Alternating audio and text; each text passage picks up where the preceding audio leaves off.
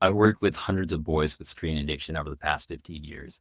And when I sit down with parents, they almost always say the same thing. We thought we had this under control. We were monitoring it. We don't know what went wrong. And it's not that they weren't paying attention. It's that they were looking for the wrong signs. There's a pattern that emerges in all these cases. And if you know what to look for, you can catch it early before the crisis emerges. That's the pattern that I'm going to show you right now. It always starts the same way. Parent gives their child a phone, maybe 11, 12, 13 years old. They think he's mature enough. He's been asking for it for a while. We've been putting it up. It'll help him stay in touch with his friends. You won't have to rely on us so much. He can be more independent. And at first, things are fine. Parents think, yeah, he can handle it. We're good. Why are we worrying so much? But all the while, there's something brewing under the surface because the child has never encountered this level of instant gratification and constant stimulation. Then they stumble onto some content which they're not prepared for. It usually happens accidentally through curiosity, and they've been exposed to pornography. It's not a matter of if, it's a matter of when. The dopamine hits they're getting from the screen cannot be matched by anything else. At first, things are still stable though, because they have enough good habits in place. It just takes them a little longer to do their work. It's a little harder to maintain their same way of life. But the parents still can't know any major symptoms at this point. Parents still think things are under control. This is where prevention is easiest, but no one acts because it doesn't appear to be a crisis yet. This is where the second stage begins. Parents start to notice changes. Maybe the child is more irritable, but that can always be written off as just teenage moodiness. Maybe the child is not sleeping as well. They look more tired. Well, maybe they're just going through a growing spurt, and it's natural that they would be tired at this age. Academic performance starts to decline. Well, maybe things are just getting harder as the workload gets heavier as they get older in high school. Social withdrawal. This one's a little bit harder to explain. Don't kids just naturally want to hang out together? But, maybe that was a previous generation. Maybe this generation is different from how we were raised. The trap is that every one of these explanations does have some truth in it. At this point, maybe the phone is just exacerbating some of the natural processes and defects and excesses of the teenage years.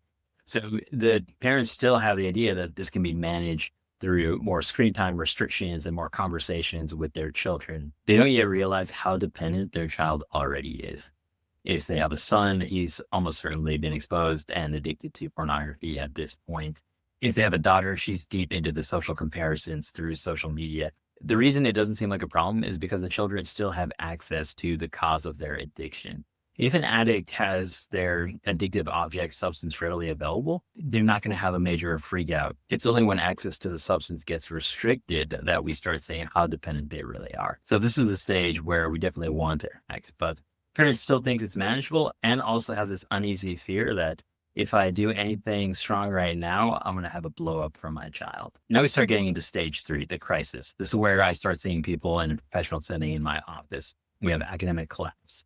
Kids literally dropping out of expensive private high schools because they're addicted to social media and not doing their homework. Boys not going to college or dropping out of college.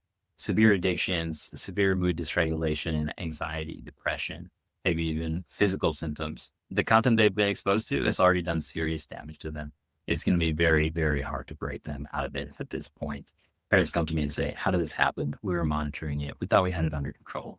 The fact is that it's just not a fair battle. Parents can't win this battle. They're facing hundreds or thousands of behavioral psychologists on the other side of that screen. They know how to make the product maximally addictive at a time when the human brain is most vulnerable. So what's the pattern that every family missed?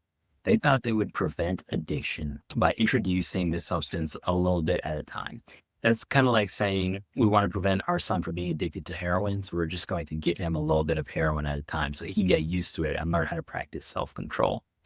If you have an extremely addictive substance like that, or activity in this case, you can't prevent it by just giving them a little bit at a time. The real prevention is by not introducing the addictive substance in the first place. In other words, we need to move from defense to offense, from being reactive to being proactive, to stopping this crisis from before it ever begins.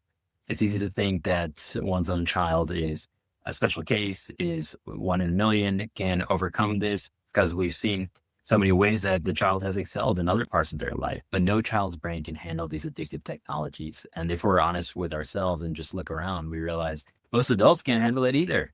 Here's the good news. The solution is super simple and super clear.